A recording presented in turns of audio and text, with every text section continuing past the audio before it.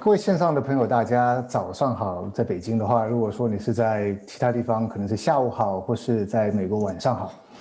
欢迎大家参与芝加哥大学北京中心成立10周年的系列活动。今天本场的主题是中国传统与当代艺术研究的跨学科网络。我是芝加哥大学艺术史系的林伟正。也是芝加哥大学东亚艺术中心的成员之一。今天很荣幸有这个机会担任这场活动的主持人。今天这场活动，这场对谈会的将全程使用中文，同时提供有英文的同步翻译。对谈的时间为1个小时。在这个过程当中，请大家多利用下方的 Q&A， 就是问答那个功能，随时提问。我们将会有10分钟左右的时间。留给这个问答的环节，请大家都希望能够回答一些问题。So before we begin, a few housekeeping items. The program today will be conducted in Chinese. For anyone who wishes to listen in English, please click on the interpretation icon at the bottom of your screen, and then click on the English. And also, please feel free to use the Q&A function. You can also find it at the bottom of your screen to submit questions in either Chinese or English throughout the event. 好的，过去10年，芝加哥大学北京中心为芝大的东亚美术中心提供了一个与国内学术单位跨学科合作的一个平台。我们中心先后在北京中心举办过工作坊、研讨会、艺术家的对谈、美术展览等各类的国内外重要学术会议以及交流活动。其中呢有2个项目持续最久，同时在美术史界也留下最深的影响。他们分别是每2年举办1次与北京大学和中央美术学院合作的古代墓葬美术研究国际会议。另外一个呢，则是跟 OCAT 研究中心合作的年度的讲座系列。那今天很高兴，我们邀请了上述3个单位，北京大学、中央美术学院以及 OCAT 研究中心的主要合作学者，参与我们今天的讨论会，跟我们分享他们跟芝大合作项目最初的一些想法，谈谈过去数年以来项目的一些发展，以及为学界所带来的一些影响。那首先我先跟大家介绍一下我们今天就是对谈的3位老师。好，等一下我这边弄一下，不好意思。好嘞，好，我们今天请到的3位老师，第一位是朱清生老师。朱老师是北京大学艺术史的教授，现任北京大学视觉与图像研究中心主任、汉画研究所所长、国际艺术史学会的主席，并曾经担任34届世界艺术史大会筹委会的副主任兼秘书长。那朱老师有多重的身份，他是一个艺术史家、艺术与评论家，也是一个策展人，同时又是一个艺术家。他主要的研究领域呢，也跨越古今，为汉代画像石和中国当代艺术。那我先把我们的所有嘉宾都介绍完，然后我们待会再一一请他们跟大家做演讲。那第2位嘉宾我们请到的是郑岩老师。郑老师是中央美术学院人文学院教授，兼任北京大学古代东方文明研究所的研究员，山东大学历史文化学院的教授。郑老师曾经是一名考古学者，博物馆研究员，现在也是一名策展人，当然也是一位美术史家。那他主要研究的方向呢，为中国早期美术史与汉唐考古研究。第3位嘉宾我们邀请的是郭伟奇老师。郭老师是广州美术学院的副教授，那现任广美艺术与人文学院的副院长，同时也是美术史系的系主任。从2016年开始呢，郭老师也兼任 OCAT 研究中心的学术总监，主要的研究方向为中国艺术史和学术史。那我们这3位老师会跟我们跟我们分享一下他们的经验。那之后呢，我们会请到芝加哥大学巫宏教授，那从芝加哥大学作为一个合作单位的这个角度谈谈这2个项目的重要性。那我相信吴老师其实大家都非常熟悉，也不需要我太多介绍，但因为程序的需要，我还是简单的介绍一下。巫宏老师呢是芝加哥大学艺术史系及东亚语言文明系的斯德本特殊贡献教授，现任东亚艺术中心的主任，同时担任芝加哥大学斯马特美术馆策展人以及 OCAT 的主席。2018年，巫教授获得了学院艺术协会 College of Art Association 年度学者的殊荣。2019年担任美国国家美术馆年度梅隆讲座系列的主讲者。那巫宏教授主要的研究领域也是连贯古今，为中国古代美术和视觉文化史以及当代艺术。那我刚刚忘了请那个，就是说可能大家都可以看到4位教授了。那我们开始呢，我先请那个朱老师跟郑老师讲讲对于这个墓葬美术会议的一些他们的一些心得跟他们的一些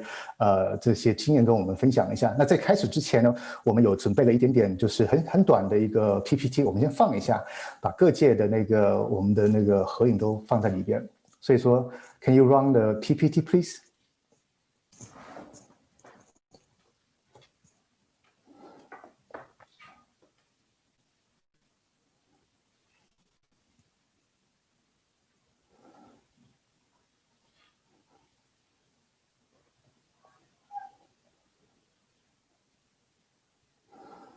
这边其实应该有一些音乐更好的是吧？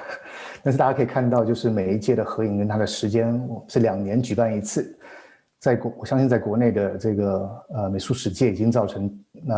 很大的影响，把这个墓葬美术也把它建立成为一个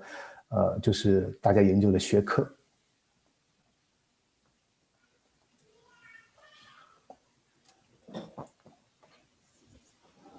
这是最后一届第6届的会议合影。最后我们刚刚看到的呢是目前我们已经出版的这些论文集。好的，那我接下来就请朱老师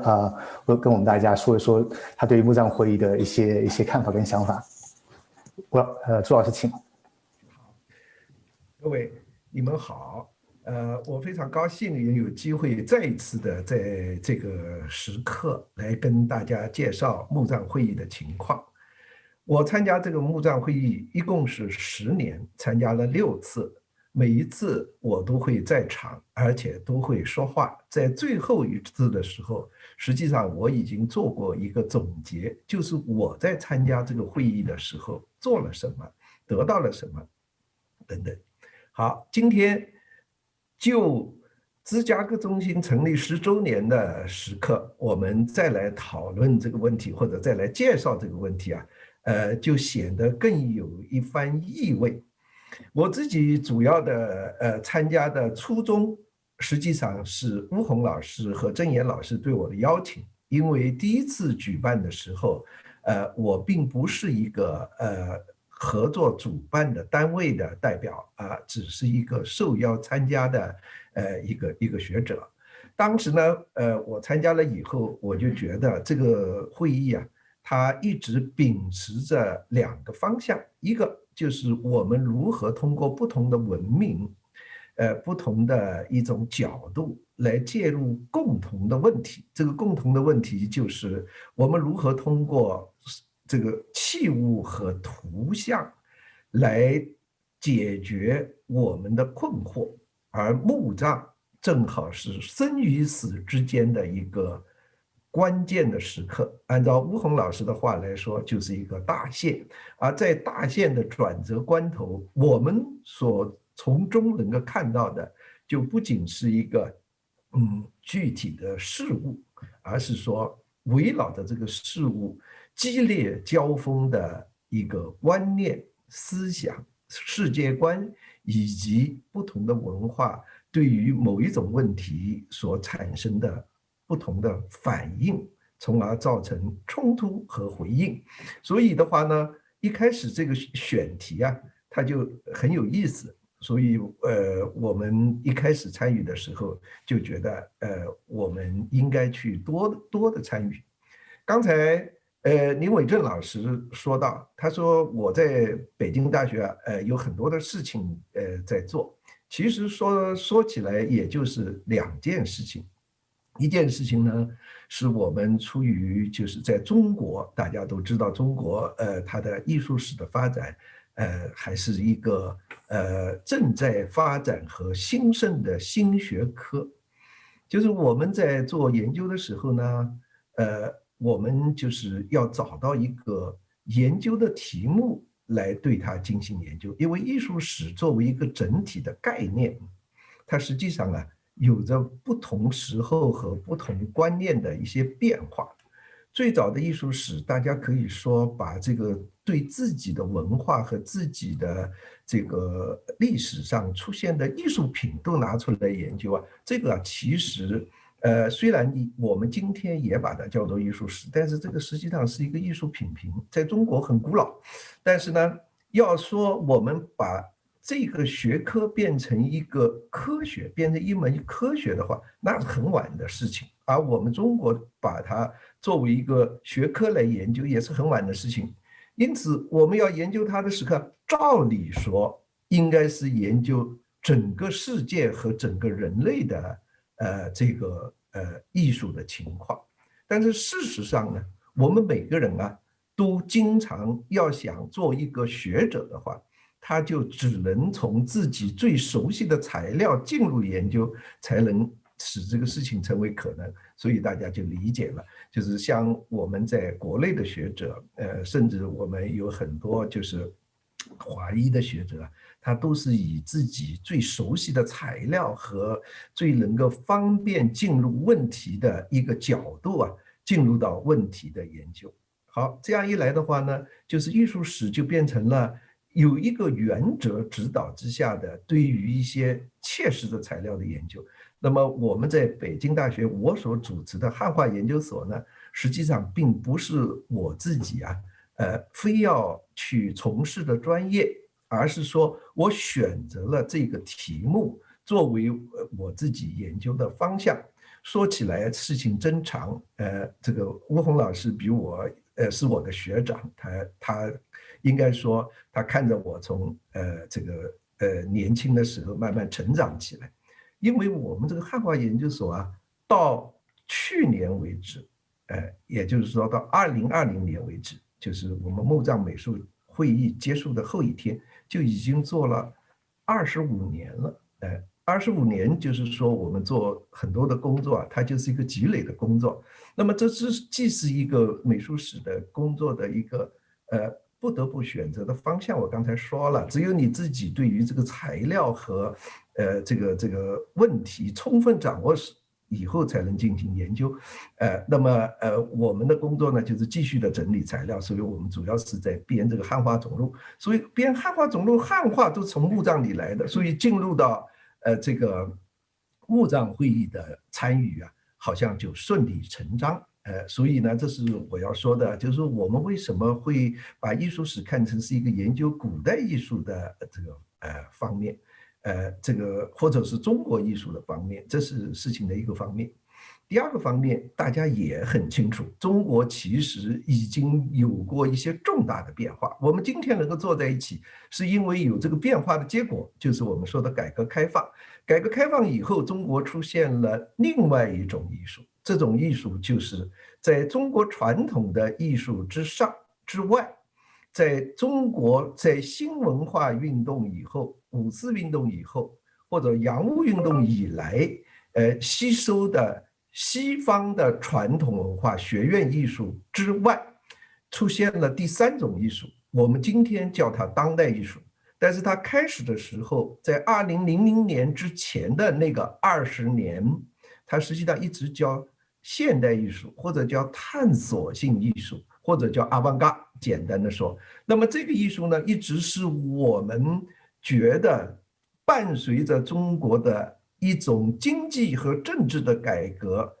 同时产生的艺术，因此我们要对它进行关注和记录。所以我是偶然的原因就参与了对这些事情的关注，因此呢就变成了一个中国当代艺术年鉴的一个工作的主编，而且一编不是编了25年，是编了34年，就是说从1986年开始做。这就是我有了这个就是可能性能够参与到巫红老师的工作的曾岩老师的工作的一个理由，就是我们有这个2个事情。大家可能会说啊，你们做这个叫当代艺术跟这个墓葬有什么关系呢？你们只要看看巫红老师所提倡的一些研究的方法，无一不是把艺术看成是一个整体，把它看成是一个过程，而这个整体的过程和人的体验和人的观看的方式，如果没有我们对正在进行时的各种全面的广泛的艺术的了解，其实我们是很难展开对于古代艺术甚至是墓葬艺术的研究的。墓葬是凝固的，但是当我们面对它的时候，我们就会恢复对它的一个行进的过程的整体参与。这个工作就是这样就展开了，没有想到一晃就做了10年6届，每一次都在我们开会的时候，我们整个的研究所中心都把它当作一个重要的时刻。我们研究所的各位年轻的同事，比如像滕雨林啊，像这个刘冠啊，他们的还有很多的人都积极的参加。所以我们在这个墓葬会议的活动过程中间，看起来是一个项目，实际上完成的是我们怎么来参与世界艺术史和整个这个艺术，或者通过艺术史研究世界的本质和人的本性的道路。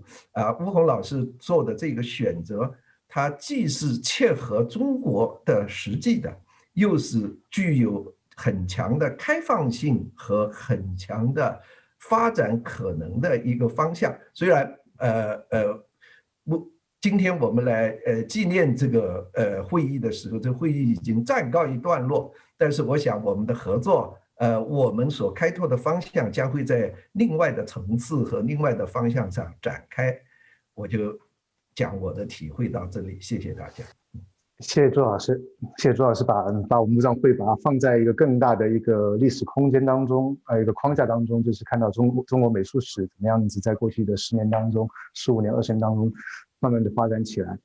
好，那我们就请下一位的那个我们的演讲者是中央美术学院的郑元正教授。郑老师，你就可以把你的那个摄像打开。好的，好，郑老师，大家听得见我吧？可以，行。好，那个各位朋友好，这个很高兴有这个机会，我们来一起回顾一下这个古代墓葬美术研究的国际学术讨论会这6次会议的一个整个的一个过程，同时也作为对浙大北京中心成立10周年这个一个祝贺。我想这个会议从2009年开始到现在，刚才朱老师说的，我们其实是经过了11年。这11年呢，有6次会议，第1次是在中央美术学院召开的，那么第2次会议的时候，浙大北京中心就成立了，就全方位的、全面的把这个会议接手过来，所以我们的空间就改变到浙大北京中心。我想前前后后在这个10多年的过程当中，很多的我们的每次都会参与的这些听众的朋友。还有很多学者，既熟悉了我们这个会议，知道我们所要讨论的问题，也对浙大北京中心，有一个全面的了解。那在这儿，我想，这个朱老师已经说了很多，很全面。我想也特别感谢浙大北京中心，这个历年来的这些支持。说到这个会议，那我做一点补充，就是我们最早开始筹办这个会的时候，2009年的一个原因，一个开端，我想是多方面的。很重要的一点就是在大家现在还可以看到，在2007年的时候，吴宏教授在《读书》杂志发表过一篇很短的文章，提出墓葬美术，明确的提出墓葬美术可能作为中国美术史研究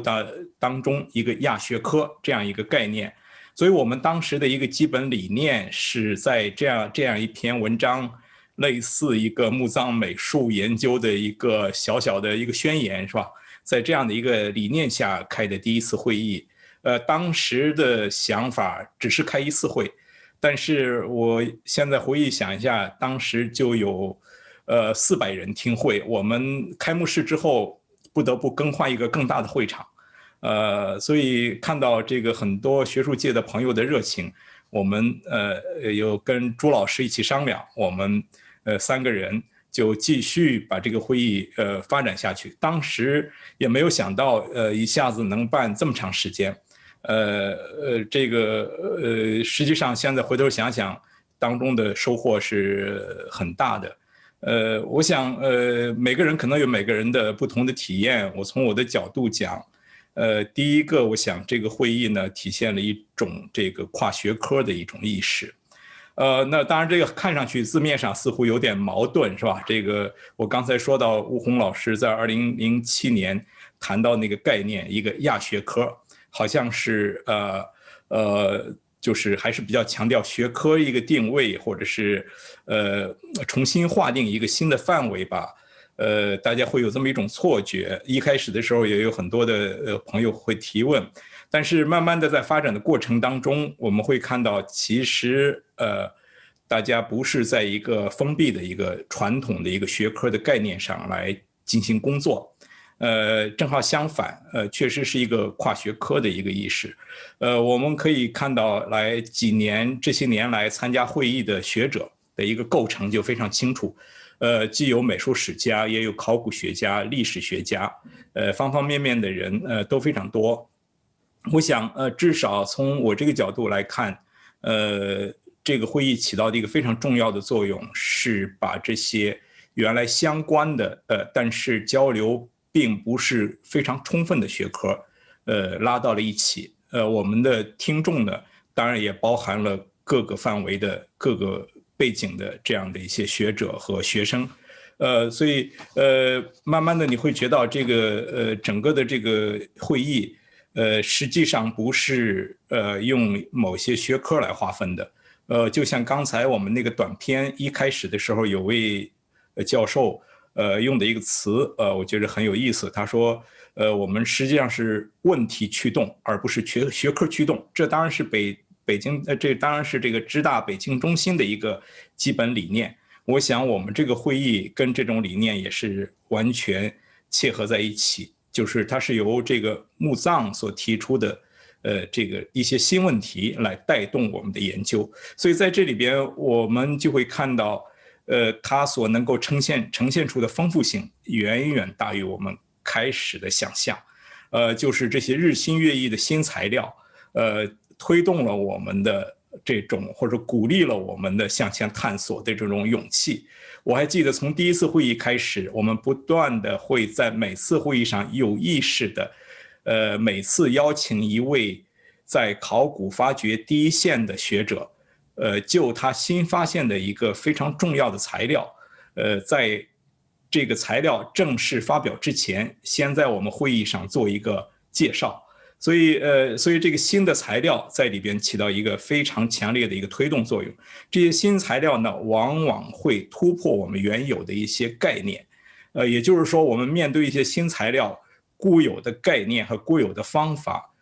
似乎不能完全对付它。这样呢，怎么办呢？我们就要不断的拓展我们的这些概念，更新我们的概念，然后来寻找新的研究方式。这样呢，在这个过程当中，又加上不同的学科背景的学者在一起讨论，实际上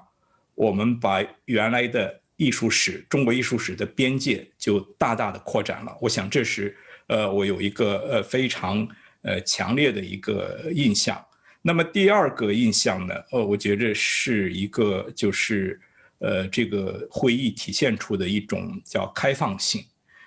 开放性表现在哪里呢？就是我们这个会议虽然每次都是由吴宏教授、朱庆生教授和我们3个人所做的一个像一个同仁的这样的一个学术活动，是吧？但是我们的整个的设计的范式是开放的。那除了我刚才说到的对不同学科的一个开放，还表现在形式上，我们会对不同年龄段的学者开放。我印象当中，我们参与我们的会议的最年长的学者，大概像杨红教授是吧？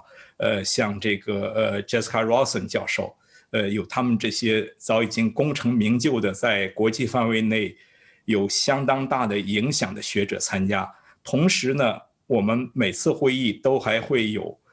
在校正在做博士论文的那些优秀的学生会做一些发言。那当然还会体现在我们对这一点非常重要，我们对不同研究方法的这样的一个开放。那么这个不同的研究方法有的是试验性的，那么我们会看到有很多的概念，从这个会议当中产生出来，是后来大家不断的会去讨论的。比如说吴宏老师有一次谈到这个叫超细读是吧？叫 super close reading 啊，这样的一个概念。后来我就发现在学术界，大家很多人在特别年轻学者在不停的在提到这样的一些概念，但同时我们也会看到有很多传统的研究范式，我们也不会认为它过时了，只要它有用，那些传统的方法仍然有它的价值。我们有不少学者在这儿，他的研究啊，都是非常朴素的，所以我想这一点也没有问题。我想可能我的时间有限，我想我们还有一个理想在这儿，就是大家已经看出来了，我们第一次会议叫做中国古代墓葬美术国际学术讨论会，在第2届的时候，我们就把中国2个字去掉了，后来这个中国这个字也就不存在了。当然，大部分的研究是关于中国的，但是大家会看到，在这个里边，我们后来加入了关于韩国的、日本的、埃及的和两河流域的这些研究。当然，它的比例还是有限的，因为我们要一步一步的向前推进。但是它体现了我们的一个理想，就是在一个跨文化的背景下来思考这些古代墓葬出土的东西，它在研究当中的一个价值。最后一点，我想谈一个问题，就是关于这个会议的结束。因为最近一段时间，我不停地听到有一些学者，他们跟我谈起来，感到非常的遗憾，说这个会议这么有意思，为什么就结束了？想一想，确实是我们这个会议，时间也蛮长的了，前后大概有差不多100多个学者参加了我们的会议，我们也有4本文集已经出版，还有2本即将出版。那么我想总要有一个结束的时候，但是会议结束了，我想这个会议当中留下的很多的问题并没有结束。我想一方面我们看到这10多年的时间，很多年轻学者的成长，有的他们第一次参加会议的时候还是一个学生，现在已经是在学术界非常活跃的学者了。在今年12月份的时候，12月初的时候，在复旦大学有一批年轻的学者，他们发起一个新的会议，叫做考古与美术青年论坛。那么他们跟我说，我去参加了他那个会议，他们就跟我说，我们就想继续接着这个古代墓葬美术学术讨论会再做下去，再带动一批更年轻的学者开始。我想这也就是某种意义上来讲，是我们墓葬美术这个会议的一个这样的一个影响吧。所以我就想到吴宏老师在去年出版的一本书《第一堂课》，出版社让我给他的书写一个推荐语，我说了这样一句话，我说吴宏老师他在这本书里告诉我们从什么地方开始，但是他没有告诉我们在哪里结束。我想我们古代墓葬美术的这个会议也是这样，我们从一个问题开始，从一个概念开始，我们知道我们从哪里开始，但是实际上我们不知道我们在哪里结束。好，谢谢大家，谢谢郑老师。对，我觉得还是给我们有很多的问题能够思考一下，当然也是因为我们过去有这么多的成果的关系。好，那我们就换一个这个看的题材，我们现在要请到的是郭老师，广东美术学院的郭老师，也就是 OCAT 我们合作单位的伙伴。那我们把这个时间交给郭老师。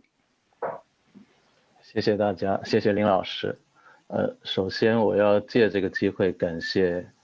浙大北京中心，一个是因为我本人呢也曾经在浙大访过学，那么受到老师和同学们的很好的照顾；另一个呢，也就是因为浙大北京中心在最近这几年来给了 OCAT 研究中心非常大的支持。我现在来共享一下我的屏幕，然后我一边看着这个 PowerPoint 一边来做我的这么一个介绍。我在这个 PowerPoint 的题目上留了一行字，叫发生在浙大的 OCAT 研究中心学术活动。那实际上 OCAT 呢，它实际上是一个馆群，是一个当代艺术的一个机构。那么它在深圳、上海、西安和北京呢，都分别有它的分馆。那么 OCAT 研究中心实际上就是 OCAT 这个馆群设在北京的一个机构。那么它实际上也担负起作为一个艺术史研究机构的这么一个角色。就像刚才郑老师和朱老师所讲到的问题，就是我们其实也起到了一个桥梁的作用，比方说连接了当代艺术和艺术史之间的关系，连接了当代艺术机构和大学之间合作的关系等等等等，这么一些情况。那么在我们在浙大北京中心举办的活动里面呢，其实很重要的一部分就是像我们在介绍里面所提到的，就是我们的 OCAT 研究中心年度讲座。但实际上呢，也还不止于此。我现在如果回顾起跟浙大北京中心的合作，其实浙大北京中心在 OCAT 研究中心创建之初就给予了很大的帮助。因为 OCAT 总馆呢，在深圳的总馆，它实际上在15年前就已经成立了，但是 OCAT 研究中心作为北京馆呢，它实际上还比较年轻，大概是在2015年开馆的。但实际上在2015年6月开馆之前，我们就已经在浙大北京中心做过活动了。就是当时这个活动一个是等于作为一个 OCAT 研究中心筹办的一个发布会，另外一个呢也是作为当时我们的一个学术年刊叫《世界3》第一本《世界3》的新闻发布会。所以这个《世界3》就是我们在这一页看到的这么一个学术年刊。我们现在出版到第3本，但是还会继续往下出版，每一期呢有自己的主题。好，那么如果谈到 OCAT 研究中心的结构，其实大家从这张图上可以看到，我们的项目其实是由年度项目、展览、还有图书文献以及出版所构成的，然后互相交错的这么一个网络。我们跟浙大中心合作的一些主要项目，刚才也提到，第一个主要就是2016年以来的年度讲座，以及围绕着年度讲座，我们每一次都会举办一系列的研讨班。那么这一系列的年度讲座以及研讨班，基本上就是在浙大北京中心举行的。那么就像刚才郑老师提到的，就是我们其实从2015年开始，第一年的年度讲座的时候，还是把这个场馆放在 OCAT 研究中心自己的场馆里面。那么也就是因为看到，引起了大家很大的关注。然后一个是 OCAT 研究中心所在的地点，它在朝阳区，也就是在北京的这个东南角，它远离了北京的这个大学区。实际上 OCAT 研究中心呢就很希望能够引起大学引起就是学界以及艺术界的更大的关注。浙大北京中心这个地点非常好，它是在海淀区大家知道海淀区是北京的一个大学中心，并且它的场地非常好，就场地比我们那边要更大，更适合做这种大型的讲座。所以从16年的这个研讨班可以说是第2期研讨班开始，第1期研讨班我们仍然是放在 OCAT 研究中心自己的这个场馆里面。那么从2016年年度讲座的第2个研讨班开始，我们就把它搬到了芝加哥大学北京中心。那么确实也是引起了大家很大的关注，就也包括我们所举行的这个年度讲座的活动，开始了一种网络直播的形式。在过去1年里面，当然因为新冠疫情的影响，那这种讲座直播呢越来越频繁，成为大家现在的一种习惯。但其实我们在2016年已经开始这么一种形式。那么除了年度讲座及其研讨班之外，其实我们跟浙大北京中心的合作还不止于此，还包括比方说跟香港的亚洲艺术文献库，也就是 AAA 的合作，那么也包括跟英国 V&A 博物馆合作举办的国际会议等等。那么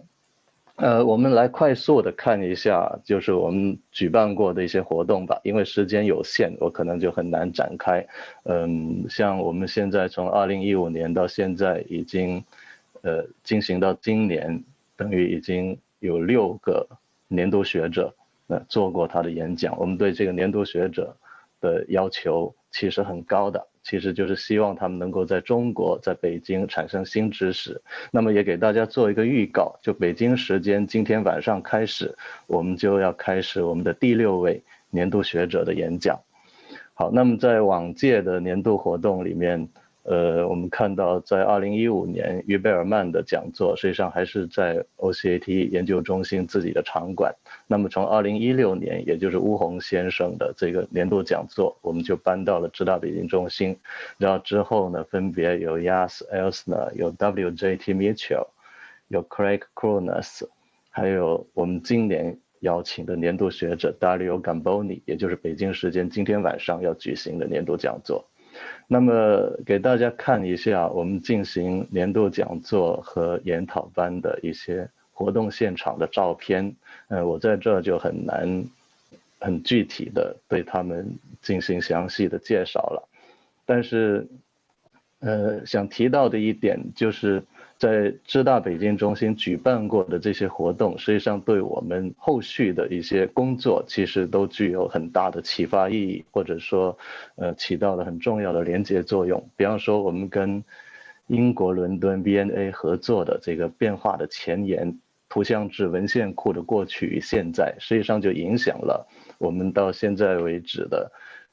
到现在还在继续进行中的关于文献的工作以及图书馆的建设。我们现在在OCAT研究中心自己的场馆里面也建设了一座图书馆，未来呢也可以作为一部分学术讲座的发生地点。那么当时跟香港亚洲艺术文献库合作的工作坊，实际上也启发了我们启动了一个叫做研究型策展计划的一个项目，就是每年向国际上征集带有研究性质的以研究为导向的策展方案，然后在我们的场馆里面进行实施。那在实施的过程中呢，还有入围展以及优胜展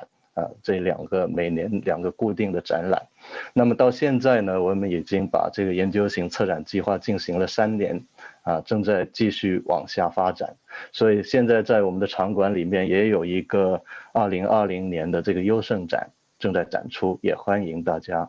过去参观。好，谢谢大家，我先讲这么多。好，谢谢郭老师。好了，那我们就最后就请吴老师，我把时间交给吴老师，能够对这2项活动能够做一点点回应，或是他有一些不同的看法跟想法。吴老师，请。好，谢谢大家。很高兴通过网络和很多人见面，其中肯定有很多的老朋友或者老相识，虽然现在看不到脸，但是还是能感到彼此的存在。我也特别想感谢刚才这3位教授对我们的这10年的活动吧做了一个很精彩的总结，每个人都有不同的角度，也引起很多的思考。就像郑岩老师说的，说我们不是在谈终结，而且是在谈一个新的开始。就一方面在反思过去，一方面也在想象下一个时间10年是应该怎么样。因此，在这个今天的这个会议开始的时候，就是放的这个支大的短片，我就特别高兴，看到呢，像支大的校长、教务长、司马博校长，非常强调，就是我们在下一个10年里要继续前进。所以我觉得今天这个会呢，不是一个总结回顾，而且呢，也是一个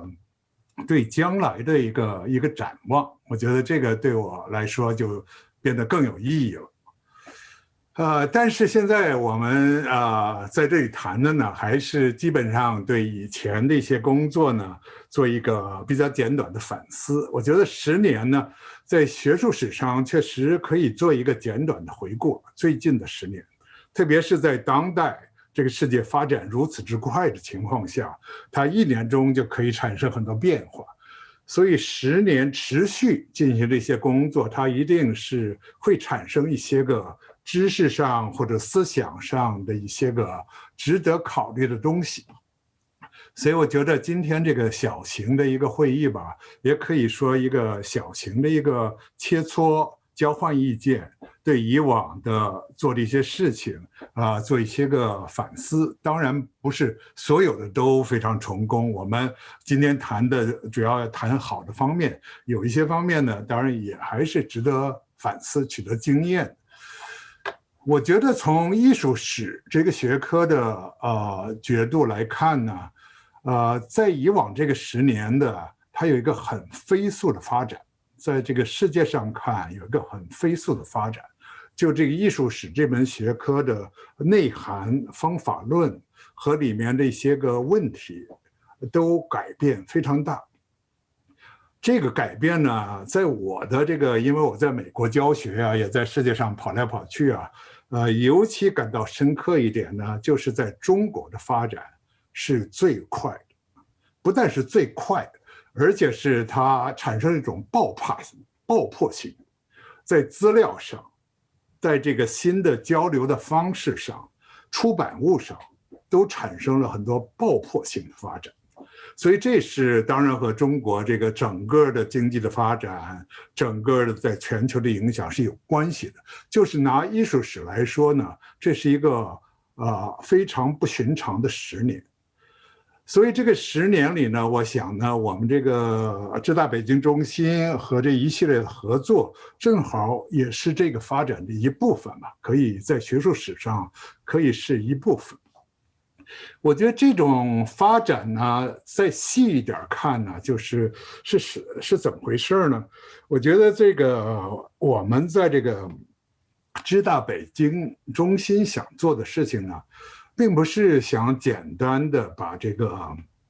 西方的学术或者教学的模式就直截了当的移植到中国来，绝对不是这个想法。也不是说就是要多找一些个这个中国的学者来座谈一下一些个场面上的问题，而确实是呢想做一些新的事情。其实在10年之前呢，因为在浙大北京中心开始在思考这个的时候呢，当这个司马博校长在他的就职讲座上就谈到，比如和中国和其他一些国家的增强合作的时候呢，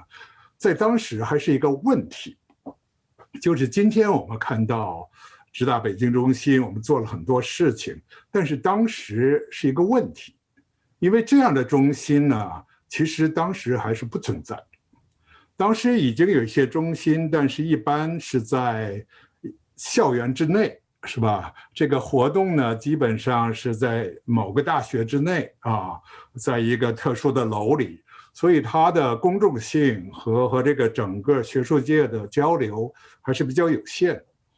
而浙大中心的建立呢，就希望摆脱那个模式，就希望一下就选择这个地点，就完全是进入中国的这个公共空间，特别是知识上的公共空间，这是很有意识的。所以从这一点出发呢，就是我觉得是一个比较深刻的一个学术概念，也是思想概念，就是不是简单的要介绍中国的学术操作，而是要发明、发现、创造新的模式。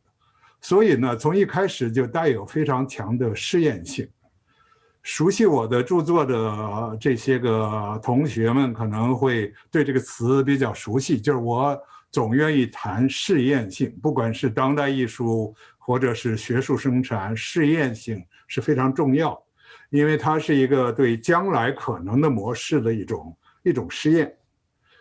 所以这个试验性，我觉得在这里呢有2层意义。一个呢是关于学术研究的机制的试验，一个呢是学术研究的内涵的试验，这2者是不可分别的。比如我们说现存的大学研究所，这些都是机制。北京中心这是一种新式的机制，它既不是大学，也不是一个研究所，它是一个人们学者、学生、艺术家会面，刺激思想，刺激知识生产，交换知识的一个地方。所以这种中间站，我觉得在现在的知识创造里越来越起到更大的作用。所以学术研究的内涵呢，就是我们每个学科都有一套东西在不断的发展，这套东西都需要不断的更新的。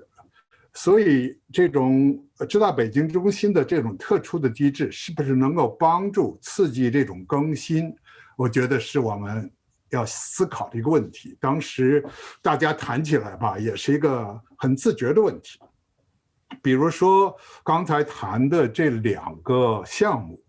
一个是这个古代墓葬美术研究的国际会议，一个是 OCAT 的这个一系列的项目，特别是这个年度讲座的项目，我觉得就代表了这种对学术研究内涵的试验性的思考。因为刚才郑岩教授说了，比如这个墓葬，我们当然也可以研究别的了，不说别的就没有试验了。但是这个墓葬美术在10年之前确实只是一个动议当然这个对墓葬研究已经很久了，美术也很久了，但是如果集中起来，那么多人每年或者2年一次的集中研究，这还是个新的事情。所以这个东西是对这个美术史本身内涵和架构的一个试验性的思考。而且墓葬美术的好处呢，就是它自然而然的就结合了考古、美术史、科技史、历史、宗教史，很多的人他自然结合，因为这个墓葬这个东西它是一个综合的，所以它自然就打破了原有的一些个学科上的界限。所以像刚才朱老师和郑阳老师都谈到这一点，打破界限是非常重要的。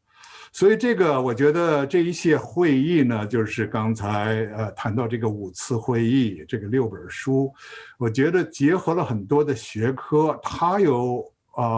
在我个人说来呢，我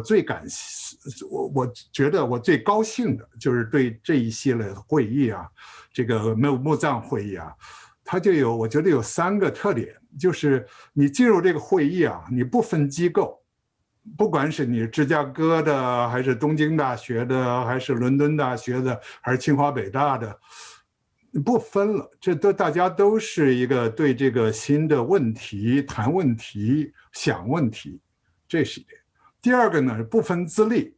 就刚才郑老师也说了，有这个资历非常高的，像这个杨红先生啊，或罗森教授啊，也有很多年轻的。但是这个会议里头啊，大家不分彼此。你看那些照片也是很清楚，都混在一块儿，也没有什么很漫长的介绍，也没有说领导发言，就是一下就进入知识的讨论。